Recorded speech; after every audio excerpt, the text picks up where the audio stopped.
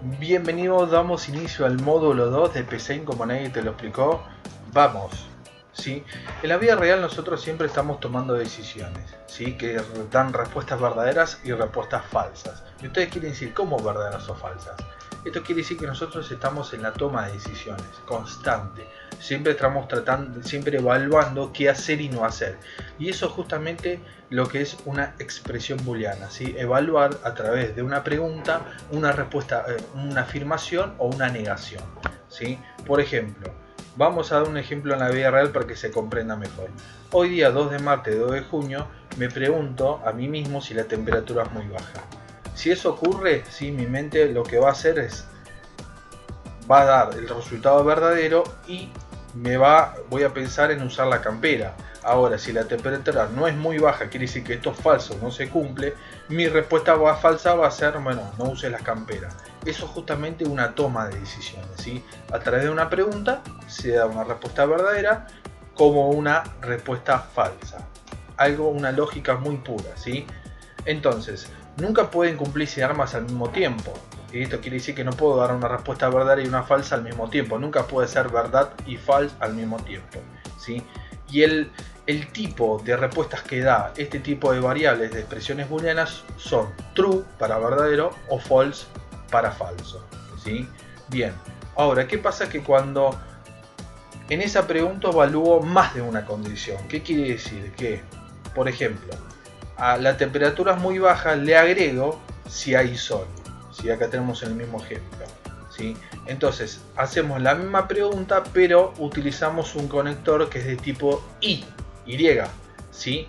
Entonces, de acuerdo a lo que ocurra con esta condición y con esta condición, o sea, con esta pregunta y con esta pregunta, ¿sí? Va a ser el resultado verdadero y va a ser o el resultado falso, ¿sí? Y evaluemos esta tabla. Entonces decimos que la temperatura es muy baja, sí. ¿Y hay sol? Sí. Entonces la afirmación termina siendo verdadera, ¿sí? Es como decir, si un número es mayor a 10 y menor a 15, imprimime tal mensaje, ¿sí? Si eso ocurre siempre y cuando las dos sean verdaderas. Ahora, con que haya alguna de las dos que sea falsa, por ejemplo, no hay sol y hay nubes, sí, que esta no se cumple, el resultado de toda esa afirmación es falso, ¿sí?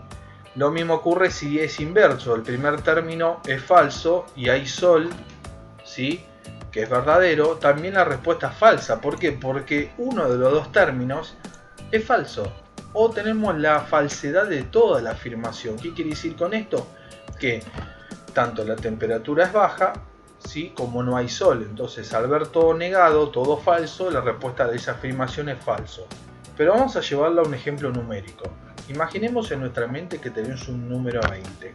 Y yo te pregunto, ¿el 20 es mayor a 10? Y vamos a decir que sí, entonces es verdadero. ¿Y es menor a 100? Sí, también es verdadero. Entonces la respuesta a toda esa afirmación que es verdadera, sí, es que el 20 está comprendido entre el 10 y el 100, ¿sí? Ahora, yo te digo este ejemplo. El número, el 20 que vos tenés en tu cabeza, que es el que en principio nombramos, ¿es un número mayor a 10? Sí. ¿Es menor a 15 el 20? No, porque el 20 es mayor que 15. Entonces ocurre que el segundo término es falso, entonces por lo tanto toda la afirmación es falsa, ¿sí? Y lo mismo ocurre en el último caso. Yo te digo, el 20 es un número mayor a 30, no, porque 30 es mayor que 20, entonces no se cumple. ¿Y es menor a 10?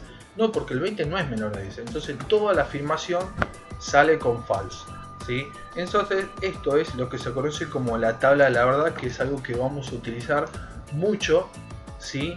En programación. En este caso, el conector I. La clase que viene vamos a hacer el conector O y vamos a ver las diferencias, pero quédate acá, ¿sí? Que nos vemos en el próximo video. Muchas gracias.